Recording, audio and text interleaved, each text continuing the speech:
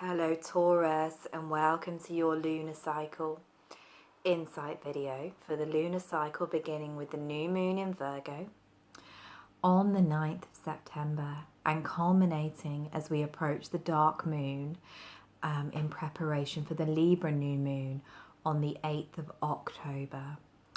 So this is a really interesting lunar cycle. We've been working since the end of summer with the energies of earth, with the energies of grounding, helping us to stabilize all of those catalytic energies that we experienced during the summer of eclipses, of retrograde periods. So we begin the month, continuing on that note with a grand earth trine forming with Mercury in Virgo, Saturn in Capricorn and Uranus in Taurus, just as the Virgo New Moon rises. And all of these earthy energies are coming together, Taurus, in your 5th house of creativity. So this is a really lovely energy because it can help you to ground all of your creative inspirations. It can help you to bring your ideas into manifestation. So we might have a glimmer of insight, a glimpse of art or a fragment of poetry, might appear to us with our inner sight. And the Virgo energy can help us bring that into form. So it helps us to take the steps needed to bring our creations into tangible, physical reality. And there's also a little bit of a danger that we can go into with Virgo because it is such a hypercritical sign. This can be where we feel the need for everything to be perfect. So just to be aware at this time, Taurus, not to think, it's not perfect, it's not polished enough, I can't allow it to be seen in the world, because Neptune in Pisces in your 11th house, who is opposing this moon, really says, okay, go with the flow. If this is going to serve your evolution, if it's going to serve the upliftment of humanity, then put it out there. Don't get too caught up in the details. Just create from the heart. Let the beauty of what you love be what you offer, be what you do, as Rumi says. So this is a good time to set intentions about how you wish your creativity to be seen, to be manifested. And this is also the house of romance for you, Taurus. So you may find that this is a good opportunity for you to set some intentions around what you would wish to call forth in your love life as well. And Neptune in Pisces, says, we have to be careful not to be a little bit too delusional or disappear too much into a fantasy world with that, but to really think about what we need from our partnerships on a practical level as well. And this can also be connected with friendships because we're looking at the 5th, 11th house axis. So how are your friendships? Perhaps you are giving a lot with Neptune in your 11th house. Perhaps there's a lot that you've been giving to your friendships or to your purpose. And Virgo in your 5th house says, come down to earth a little bit. What about you? What about your needs? Perhaps there's a need to draw some boundaries or have a little bit more discernment about where you're allowing your energy to flow around this new moon. But it's a nice, soothing, grounding, healing energy. Also on the 6th, on the same day as the 9th, the same day as the new moon, Venus is going to enter Scorpio.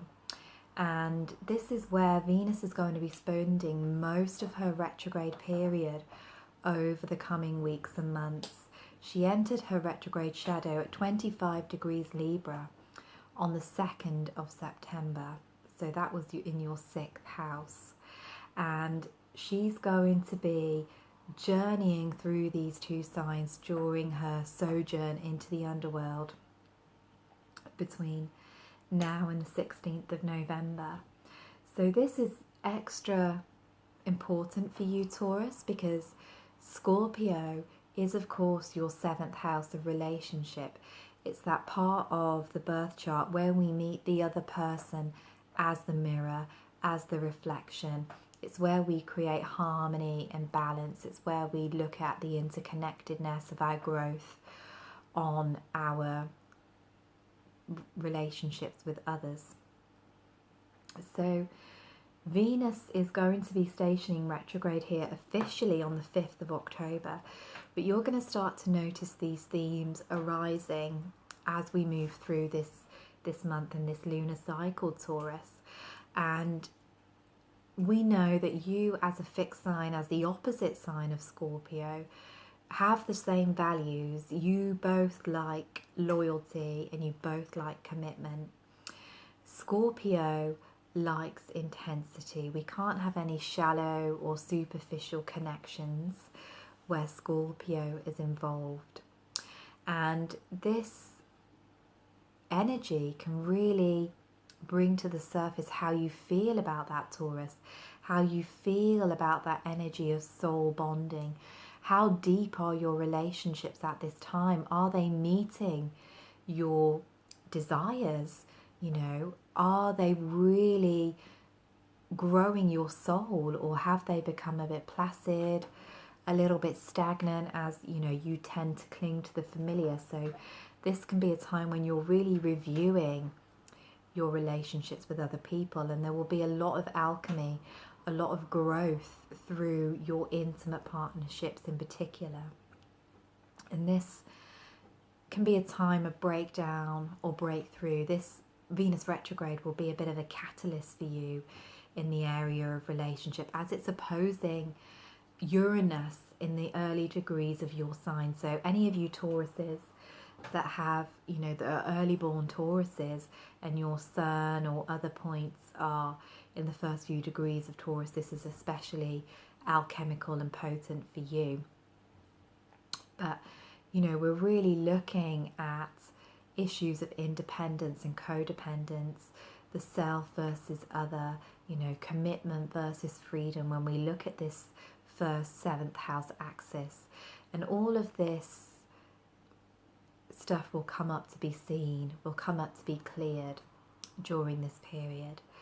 And if you are hiding your vulnerabilities, Taurus, if you're hiding your needs, your desires, if you're hiding the truth from yourself in any way around relationships, this can be the time when we're absolutely hit in the face with it, and we have to do something. We have to make a change. We either have to decide to commit or let go. And it can also be to do with the way that we are sharing energy with people. It doesn't have to just be romantic relationships or sexual, intimate relationships. It can also be, you know, how balanced we are with giving and receiving. Because Taurus, you naturally are a receptive sign. But some of you, you know, depending on the other energies in your chart, may find that you are givers. And this retrograde can really help you see where you are giving too much and receiving too little.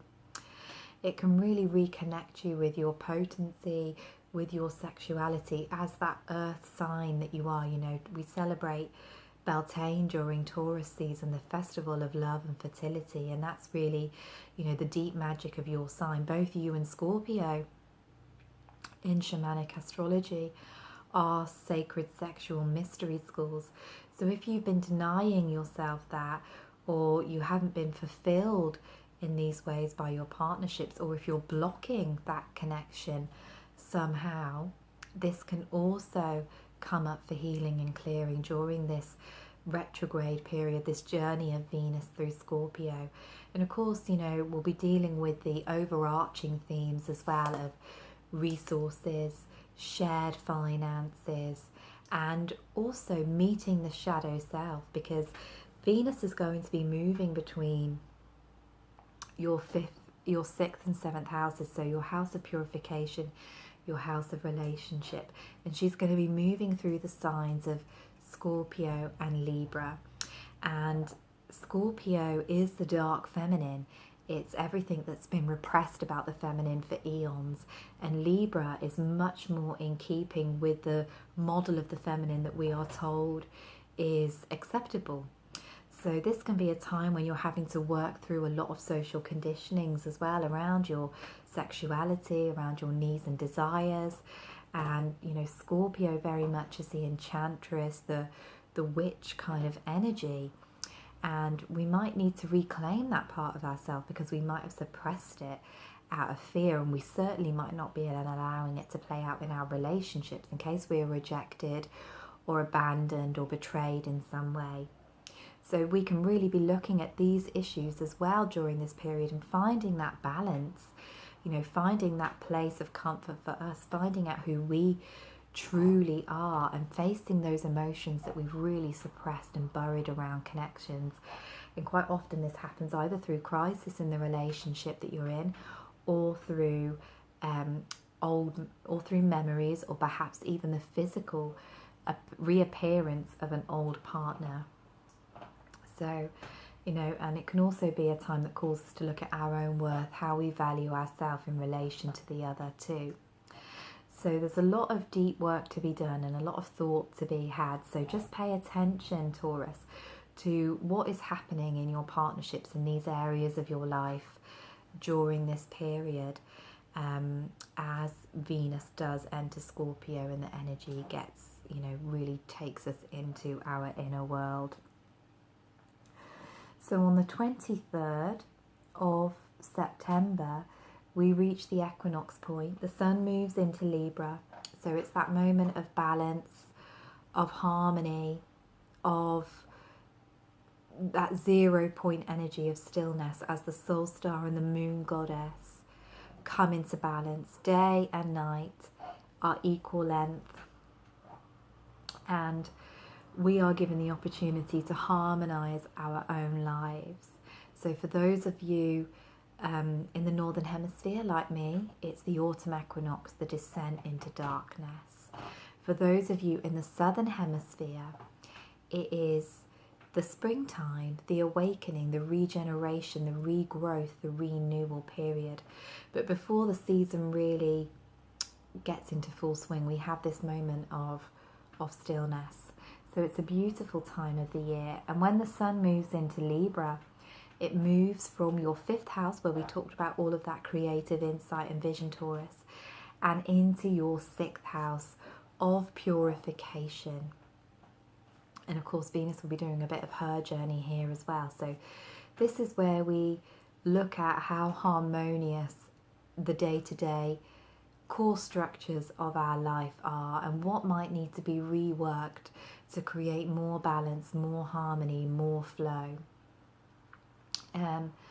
So perhaps, you know, you've got out of balance, Taurus. You're working too much, not playing enough. You're giving too much, not receiving enough. So how can you make practical steps to change that? How can you bring your life back into stability, back into harmony?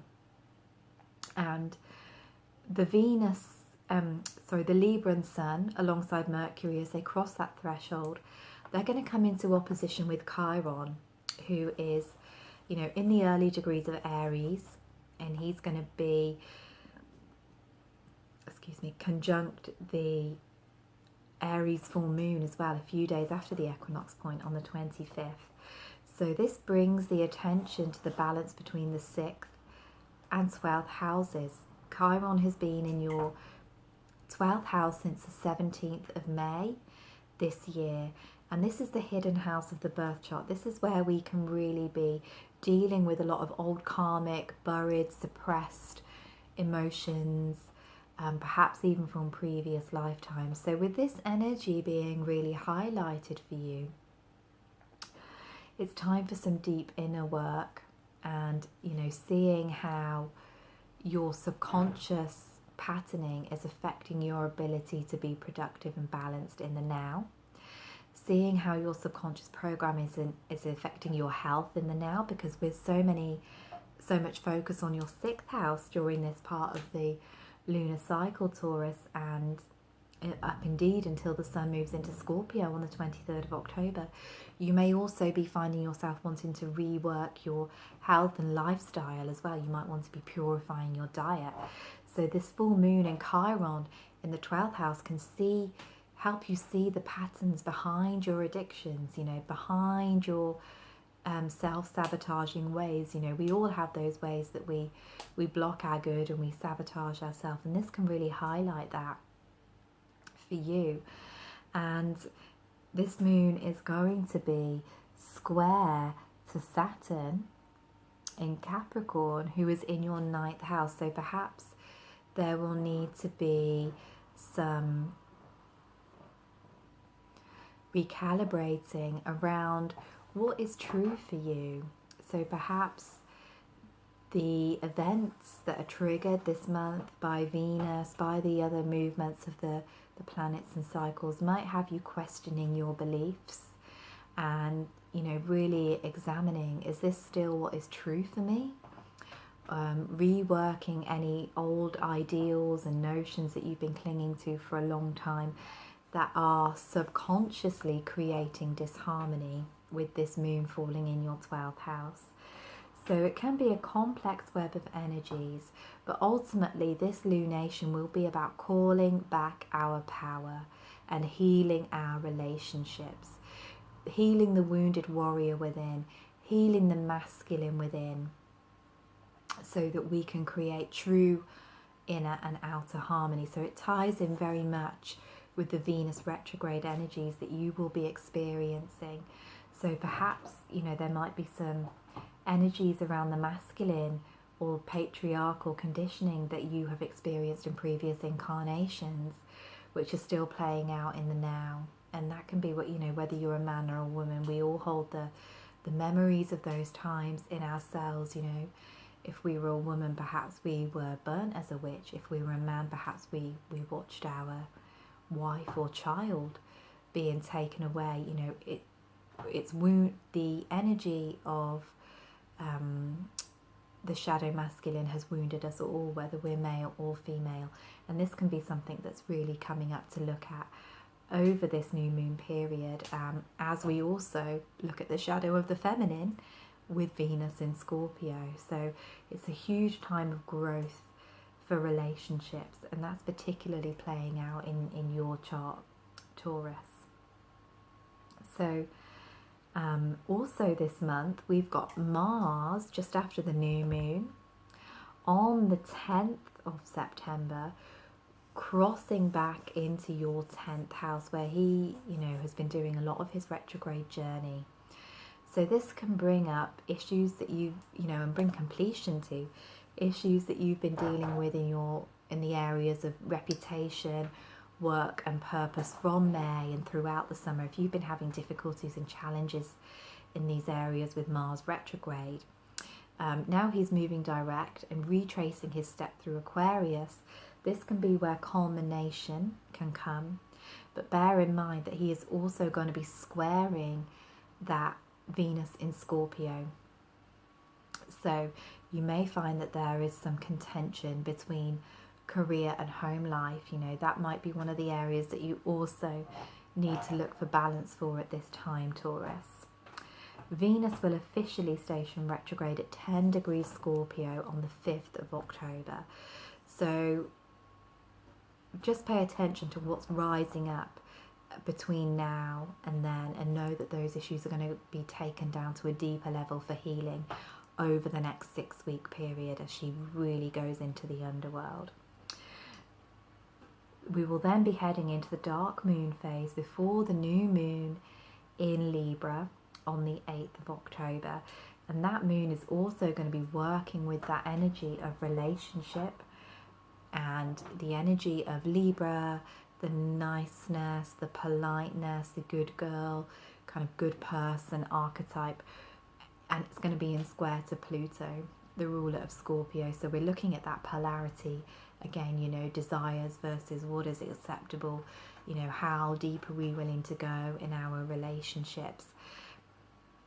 And that will be working through the 6th and 9th houses for you. So perhaps You know, this can be a time where we're looking to spiritualize our relationships, where we feel like we're really looking for a partner, and relationships doesn't just have to be romantic, friendships as well, that really get us on a spiritual level as well. But we'll talk a bit more about that next video when it is the Libra New Moon. Okay, so I picked a card for you, and it's really an interesting one. From the Goddess Oracle deck by Amy Sophia Maharashinki. I think that's how you pronounce it. Okay, and the card is Uranome, Ecstasy. And Uranome is a creator goddess. She is said to have danced the universe into being, and you can see her there with the serpent, which is, of course, one of the archetypes of Scorpio, the archetypes of regeneration, rebirth, alchemy, healing, transformation. And she also has the angel wings, the angelic wings of Libra as well. So I really like this. And it can be, you know, this card can really be about asking us how much we're enjoying life, how much pleasure we're allowing ourselves to feel, very Venus in Scorpio, but also ties in with the 5th house energies that you'll be experiencing early in the month with the Virgo New Moon. This can all be about joy and pleasure, and, you know, letting go of the concepts of shame around being in the body, around intimacy, around sexuality. So perhaps that's something else that you can be looking at during this Venus retrograde period, Taurus. Thank you so much for listening to me. And if you would like to connect with me further, there are some links below where you can check out my Facebook pages and groups. I'm sending you so much love. Have a beautiful lunar cycle.